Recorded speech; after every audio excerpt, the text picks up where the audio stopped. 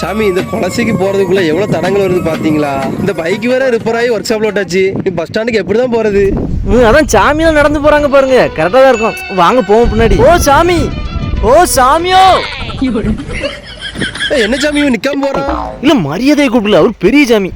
அவர் பெரிய சாமி உங்களுக்கு எப்படி தெரியும்? வேற சும்மா கிடையாது, நம்மளாம் 10-15 வருஷமா மாலை போட்டு வேஷம் போட்டுட்டு இருக்கோம். பார்த்த உடனே நமக்குலாம் தெரிஞ்சிடும் அது என்ன வேஷம் போடுறாங்க என்னன்னு. எனக்கு தெரிஞ்சலாம் இவரு பெரிய காளி வேஷமா தான் இருக்கும். சாமி நீங்க சொன்ன மாதிரி பஸ் ஸ்டாண்ட்ல வந்து உட்காந்துட்டாரு. எனக்கு தெரியாம இருக்கு, அதான் எங்க கூட்டு வந்தேன். சரி பஸ் வரும், வெயிட் பண்ணு. சாமி பஸ்ல அந்த மாதிரி போன மாதிரி இருக்கு. எப்பா சாமி நிக்காவது கரெக்டா தான் இருக்கும், நீ சும்மா இரு கொஞ்சம். சங்கீத ஸ்வரங்கள் சாமி என்ன ரொம்ப நேரம் இங்க நின்ன மாதிரி இருக்கு? ஒண்ணு இல்ல சாமி, நான் சாமி எல்லாரும் பஸ் ஏறதான் நின்னுட்டு இருக்கோம். சாமி அவன் சாமி இல்ல சாமி, அவன் பேர் கிசாமி. எங்க வா.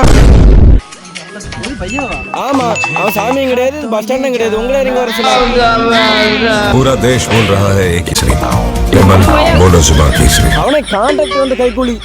இனி இந்த ஊருக்கு பஸ் நாளைக்கு தான். சரி நான் வரேன்.